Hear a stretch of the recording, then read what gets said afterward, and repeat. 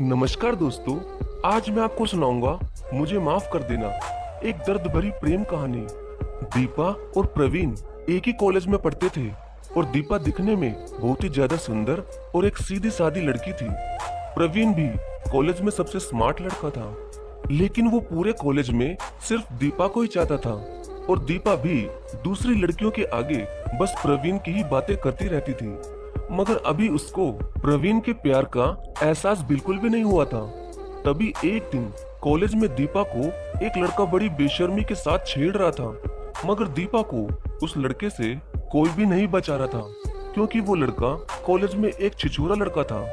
मगर प्रवीण ने जब ये सब देखा तो उसने उस लड़के को मारना शुरू कर दिया और शायद अब प्रवीण बहुत ज्यादा गुस्से में लग रहा था। लेकिन फिर अचानक ही वो छिछोरा लड़का अपने आप को प्रवीण से बचाने के लिए वहां से भाग गया। उसके बाद दीपा ने प्रवीण को थैंक्स कहा तो प्रवीण ने दीपा की तरफ एक मीठी सी स्माइल देते हुए कहा कि दीपा, अब तुम्हें ये लड़का कभी भी नहीं छेड़ेगा। तो दीपा ने भी प्यारी सी स्माइल देते हुए ये कहा कि हाँ प्रवीण, कोई इतनी मार खाने के बाद तो वो मेरे आसपास भी नहीं भटक सकता। इस बात पर वो दोनों ही खूब हंसने लगे।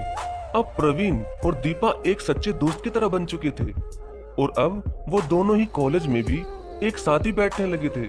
समय यूं ही बीतता गया और उन दोनों की दोस्ती प्यार में बदल गई। लेकिन अभी तक उन दोनों में से किसी ने भी एक दूसरे से अपने प्यार का इजहार नहीं किया था और अब दोनों मन ही मन एक दूसरे से बेहद प्यार करने लगे थे। तभी एक दिन कॉलेज से वो दोनों ही कहीं घूमने चले गए और अचानक जोरों से बारिश होने लगी। बारिश से बचने के लिए वो दोनों ही एक बड़े पेड़ के नीचे जाकर खड़े हो गए। लेकिन कुछ ही देर में बारिश और जोरों से होने लगी और दीपा से रहा नहीं गया और वो उस तेज बारिश में हंसती खिलखिलाती हुई नहाने चली गई। अब प्रवीण से भी रहा नहीं गया और वो भी दीपा के साथ बारिश में नहाने लगा। तभी थोड़ी देर नहाने के बाद वो दोनों ही एक दूसरे के बिल्कुल करीब हो गए। तो प्रवीण ने दीपा का हाथ पकड़ लिया और उसने उसका हाथ पकड़कर उसे अपने नजदीक कर लिया। अब दीपा की धड़कनें तेज होने लगी और प्रवीण भी अपने जज्बातों पर काबू ना पा सका और उसने दीपा को आई लव यू कह दिया।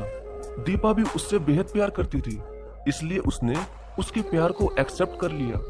अब क्या था, अब वो दोनों ही भरी बरसात में एक दूसरे की बाहों में लिपट गए और वहीं पेड़ के नीचे जाकर खूब प्यार करने लगे।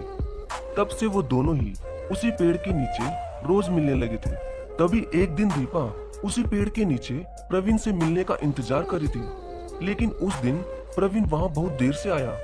तो उसे देखकर दीपा थोड़ा नाराज होकर बोली कि तुम इतनी देर से क्यों आए, मेरी तो जाने निकल गई थी। यह सुनकर लड़का बोला कि जाने मन, मैं तुमसे दूर कहाँ गया था, मैं तो तुम्हारे दिल में ही रहता हूँ। तुम्हें यकीन न हो तो तुम अपने दिल से ही पूछ लो। प्रवीण की इतनी प्यारी बात सुनकर दीपा खुद का सारा गुस्सा भूल गई और फिर दौड़कर वो प्रवीण की बाहों में लिपट गई और उसे यहाँ वहाँ चूमने लगी। शायद दीपा को प्रवीण से बेइंतहा प्यार हो चुका था। तभी एक दिन वो दोनों ही उसी पेड़ के नीचे बैठकर बातें कर रहे थे। दीपा पेड़ के सहारे बैठी थी और प्रवीण दीपा की गोद में लेटा हुआ था। तभी दीपा बोली कि जानू, हम ऐसे ही कब तक मिलते रहेंगे, अब ये जुदाई मुझसे बर्दाश्त नहीं होती।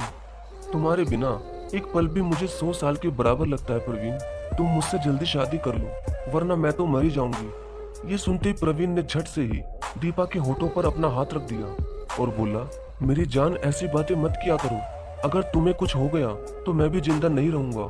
तुम चिंता मत करो, मैं आज ही अपने घर वालों से हम दोनों की शादी की बात करके ही रहूंगा। धीरे धीरे काफी समय बीतता गया।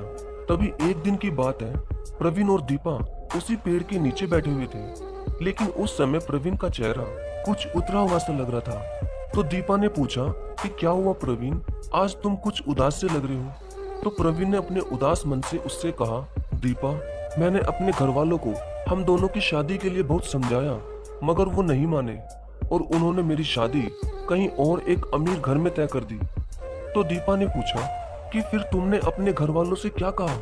तो प्रवीण ने अपना सिर झुकाते हुए कहा कि दीपा, मैंने उन्हें शादी के लिए हाँ कह दिया। इतना सुनते ही दीपा का मन जोर जोर से रोने लगा और उसे ऐसा लगने लगा कि जैसे उसका कलेजा बस अब फटने वाला हो। लेकिन फिर दीपा ने अपने आप को उस वक्त संभालते हुए कहा कि प्रवीण, मैंने तुमसे सच्चा प्यार किया है और मैं तुम्हारे बिना कभी किसी और से शादी नहीं कर सकती। तभी प्रवीण ने अपना सिर झुकाकर धीरे से दीपा से कहा कि मुझे माफ कर दो दीपा, वैसे अगर तुम चाहो तो हम एक दोस्त की तरह रह सकते हैं और तुम मेरी शादी में जरूर आना। अब दीपा अपने प्यार से हार चुकी थी। तभी देखते ही देखते प्रवीण की शादी का दिन आ गया।